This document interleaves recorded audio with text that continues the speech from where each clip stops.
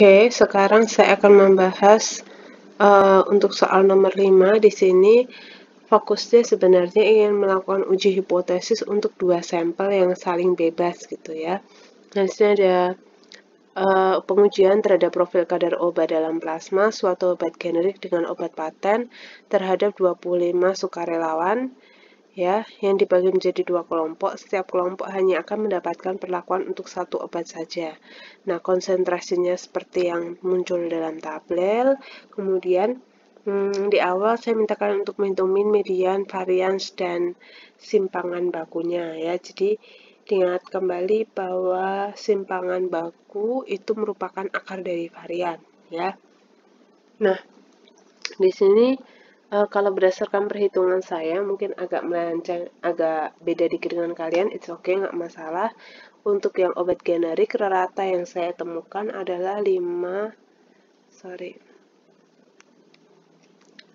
sekitar 5,94, sedangkan medianya adalah 5,8. Kemudian untuk variansnya 0,61 dan juga simpangan bakunya 0,78. Kemudian untuk yang obat paten itu minnya 3,78.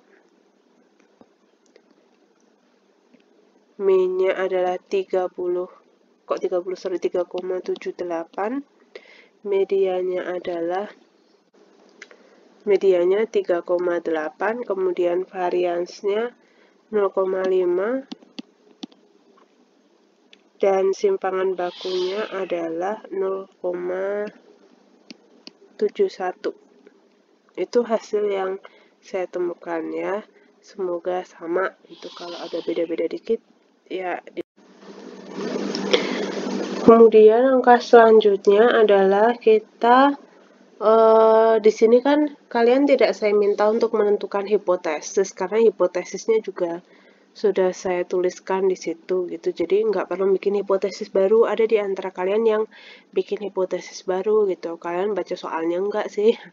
Terus ada juga yang yang deskriptif tadi.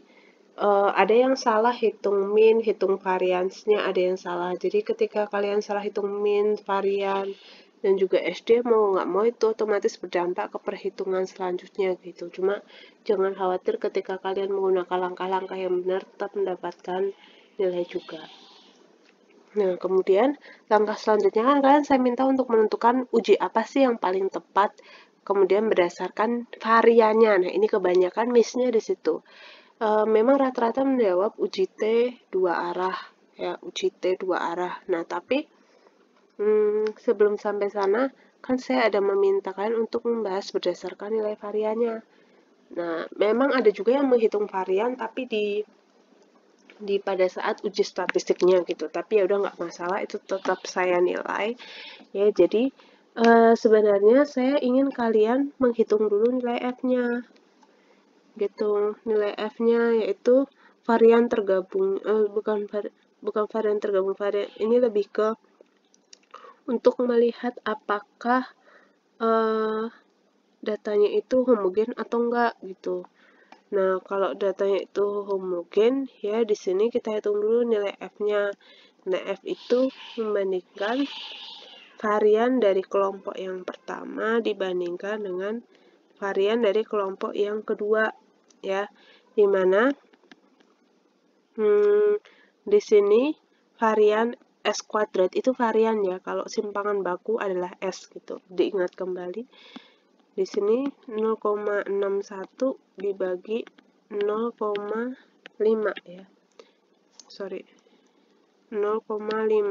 ketemunya adalah 1,22. Ini adalah F hitungnya.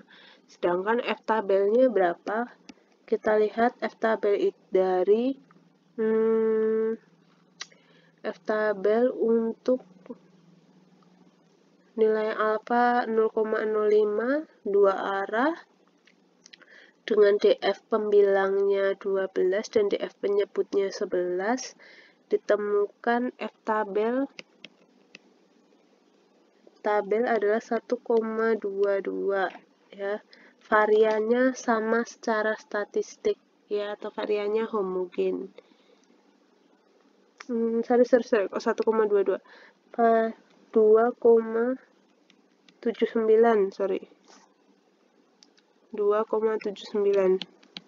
Sorry, saya salah baca, gagal fokus. Jadi nilai F tabelnya adalah 2,79. Jadi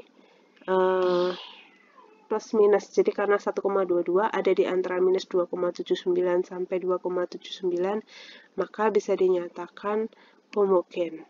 Nah, karena homogen, maka bisa dilakukan menggunakan uji T dua arah. Nah, kenapa dua arah? Ya karena itu tadi hipotesis nolnya seperti yang tercantum dalam resep. H0-nya adalah mu sama dengan mu-nya sama dengan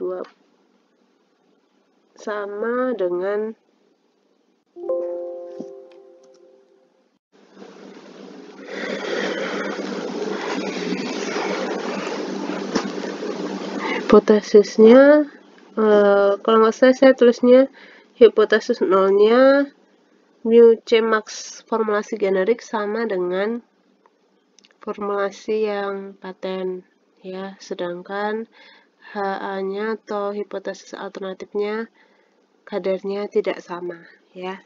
Nah, itu maka menyebabkan dia menjadi dua arah. Nah, lalu langkah selanjutnya yang perlu kita lakukan adalah, ini kok nggak mau dihapus? Oke.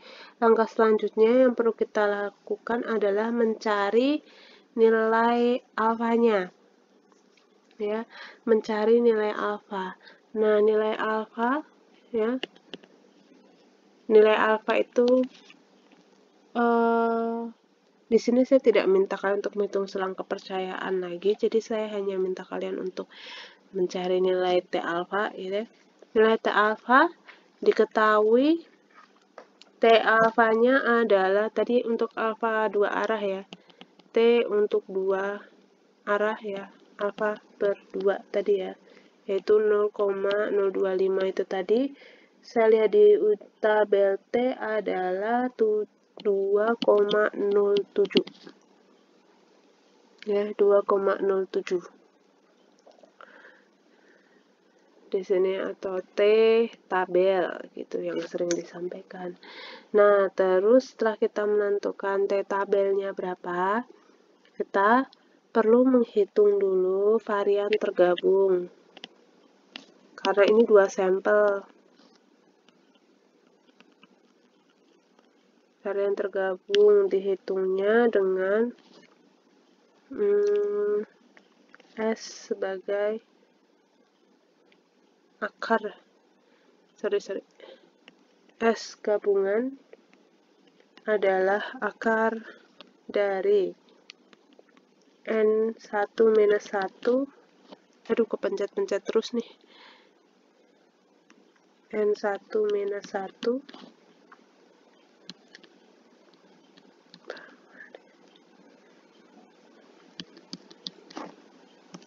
jumlah sampel dari kelompok yang kedua dikurangi 1 dikali varian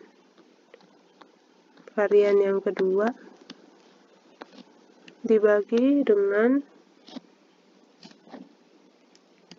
N plus N, N1 plus N2 dikurangi 2.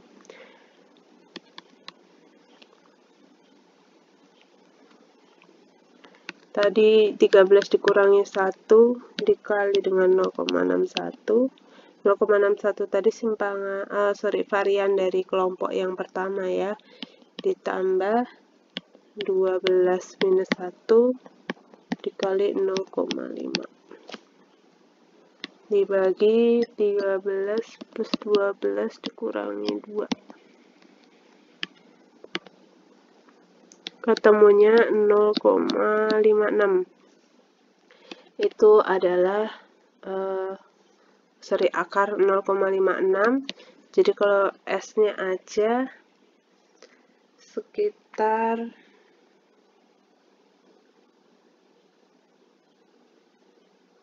berapa sih, nanti tak hitung lagi ya.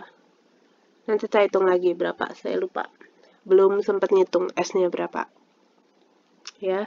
Nah, kemudian yang perlu kita hitung selanjutnya adalah melakukan uji T. Uji T kalian bisa pakai rumus yang saya kasih di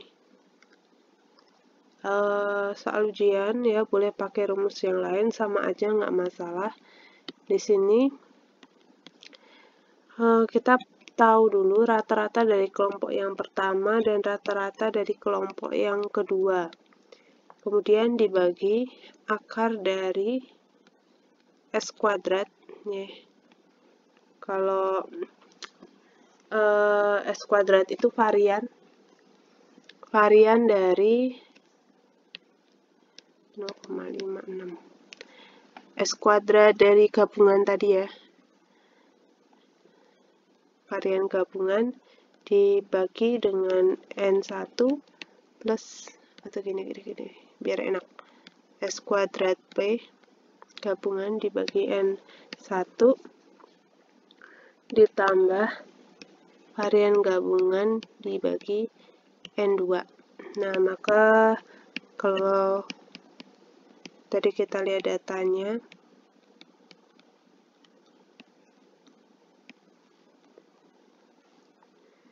akar